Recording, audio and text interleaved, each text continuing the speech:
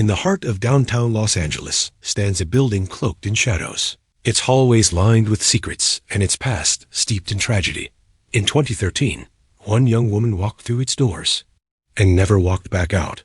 What happened to Eliza Lamb inside the walls of the infamous Cecil Hotel has become one of the most disturbing modern mysteries. What police eventually found still haunts investigators to this day. Eliza Lamb was just 21 years old, a Canadian student from Vancouver. She was bright, creative, introspective. Her Tumblr blog painted a picture of someone full of questions, searching for meaning and fascinated with life. Like many her age, she wanted to explore. In January 2013, Eliza began a solo trip to the United States. Her journey took her from San Diego to Los Angeles, where she checked into the historic but notoriously infamous Cecil Hotel. For decades, the hotel had carried a dark reputation, tied to suicides, crimes, and even serial killers. But Eliza likely didn't know that history. When she chose to stay there, she was just another traveler, another face in the crowd until she vanished. Eliza arrived at the Cecil on January 28th. She was booked for a shared room with other female guests. But within 2 days, she was moved to a private room after her roommates complained about her strange behavior, claiming she had been acting erratically, leaving odd notes and locking them out. Still, Eliza kept posting online. She visited bookshops, talked about depression and growth, and even shared plans to buy gifts for her family.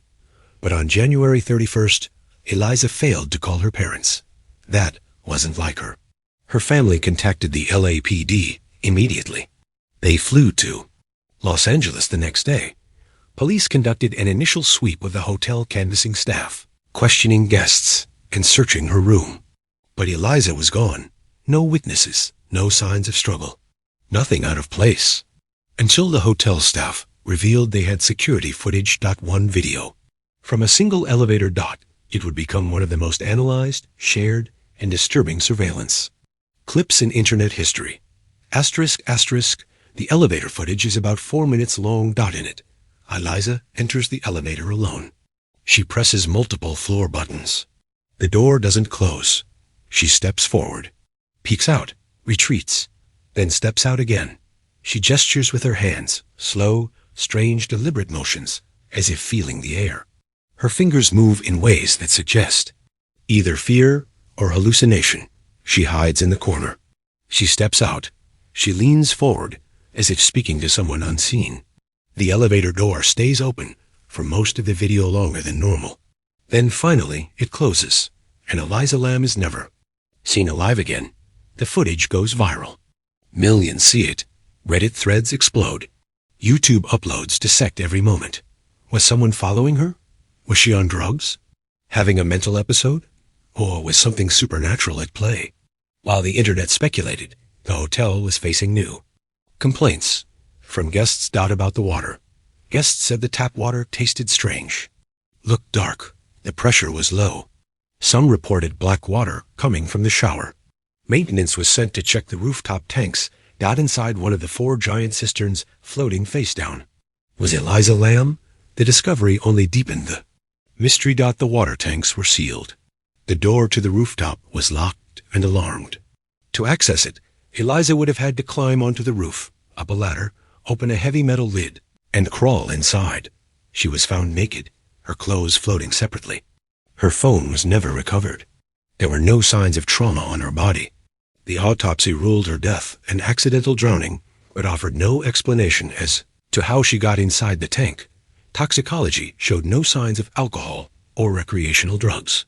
Only trace amounts of her prescribed medication for bipolar disorder, leading many to believe she had not been taking them consistently.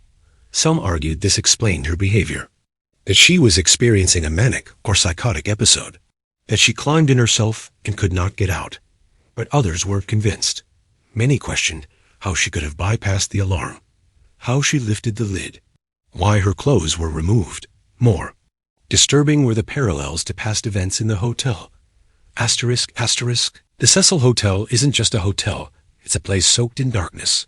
Since opening in 1924, it had been home to dozens of suicides, overdoses, and violent crimes.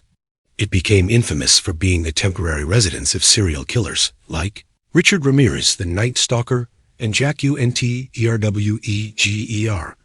It was a place many locals avoided. In fact, 2 years before Elisa's death, the hotel had been rebranded as Stay on Main to distance itself from its dark past. But that legacy lingered. The idea that something malevolent resided within those walls, be it psychological, environmental, or spiritual, continued to fuel conspiracy.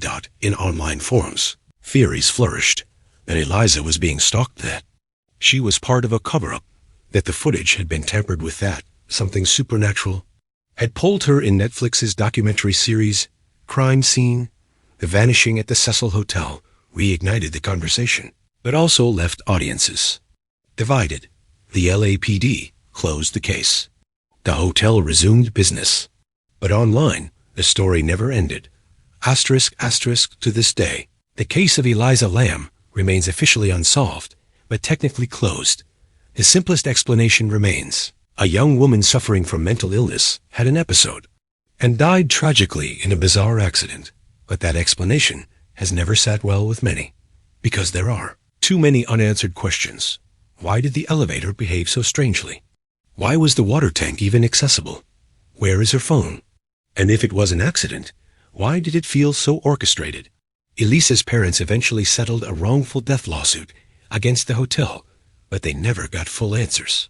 Neither did we. Her blog remains online, a digital diary of a curious, creative young woman whose final journey became one of the internet's darkest obsessions.